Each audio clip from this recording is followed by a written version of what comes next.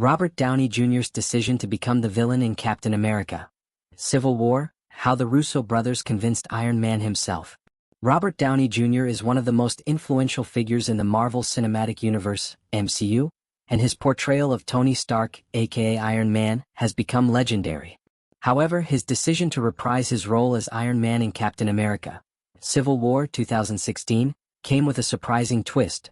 He had to agree to turn his beloved superhero character into the film's antagonist. This decision wasn't easy, and it took a carefully planned pitch from directors Anthony and Joe Russo to convince him.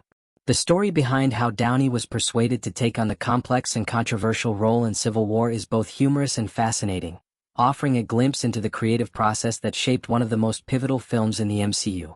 The challenge of pitching a new direction for Iron Man. After the success of Captain America, The Winter Soldier 2014, the Russo brothers were tasked with directing the next installment in the Captain America franchise. They wanted to take the story in a bold and unexpected direction, one that would put two of the MCU's biggest heroes, Captain America, Chris Evans, and Iron Man, Robert Downey Jr., on opposing sides. The inspiration came from the Civil War comic book storyline by Mark Millar, which explores the ideological and moral conflict between Steve Rogers, Captain America, and Tony Stark, Iron Man, over government oversight and accountability for superheroes.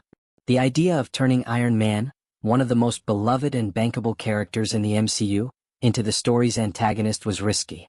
Tony Stark had always been portrayed as flawed but ultimately heroic, and asking Downey to take his character down a darker, morally ambiguous path was a gamble that could have backfired. For the film to work, the Russo brothers needed Downey's full commitment, but convincing him to sign on was going to be tricky. Step 1. Convincing Kevin Feige. Before they could approach Downey, the Russo brothers had to sell the idea to Kevin Feige, the architect of the MCU and the man who ultimately decides which stories get greenlit. In an interview with The Hollywood Reporter, Anthony Russo recalled how nerve-wracking that initial meeting was. "We had the plot in our heads, but we knew it was a hard sell," Anthony explained. "We were basically saying, we're going to take Iron Man and make him the antagonist of the movie. He's not going to be evil, but he's going to be on the wrong side of the moral conflict." Feige listened carefully as the brothers laid out their vision for the film. They explained how the conflict between Captain America and Iron Man would be rooted in their contrasting ideologies rather than any external villain.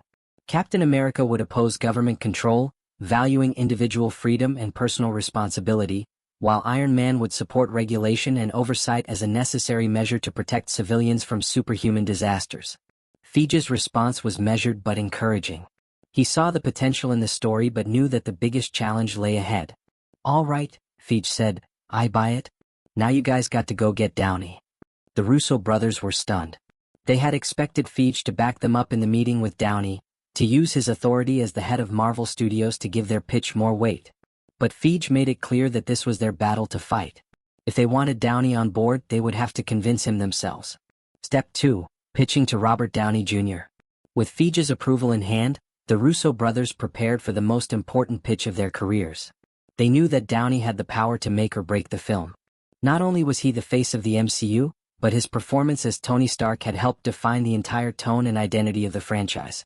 Joe Russo described the moment they walked into Downey's office in Venice, California. He was sitting on a chaise lounge, splayed out like a king on the roof of his office, Joe recalled. It was very intimidating. The brothers had rehearsed their pitch extensively, knowing that they had to get every detail right. They started by explaining why they believed the conflict between Captain America and Iron Man was necessary for the evolution of both characters.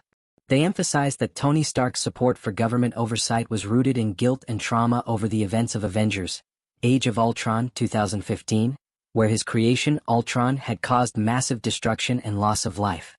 Downey listened carefully, his expression unreadable.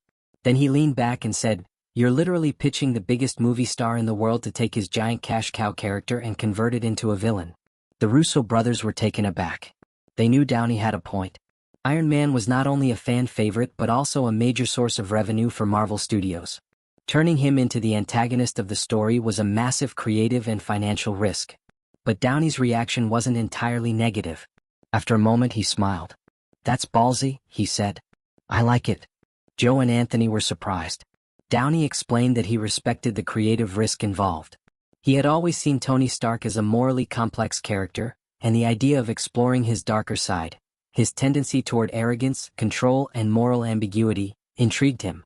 "What I like about this," Downey said, "is that it's true to the character. Tony Stark wouldn't just go along with what Steve wants. He's always believed in accountability. He's been haunted by the mistakes he's made.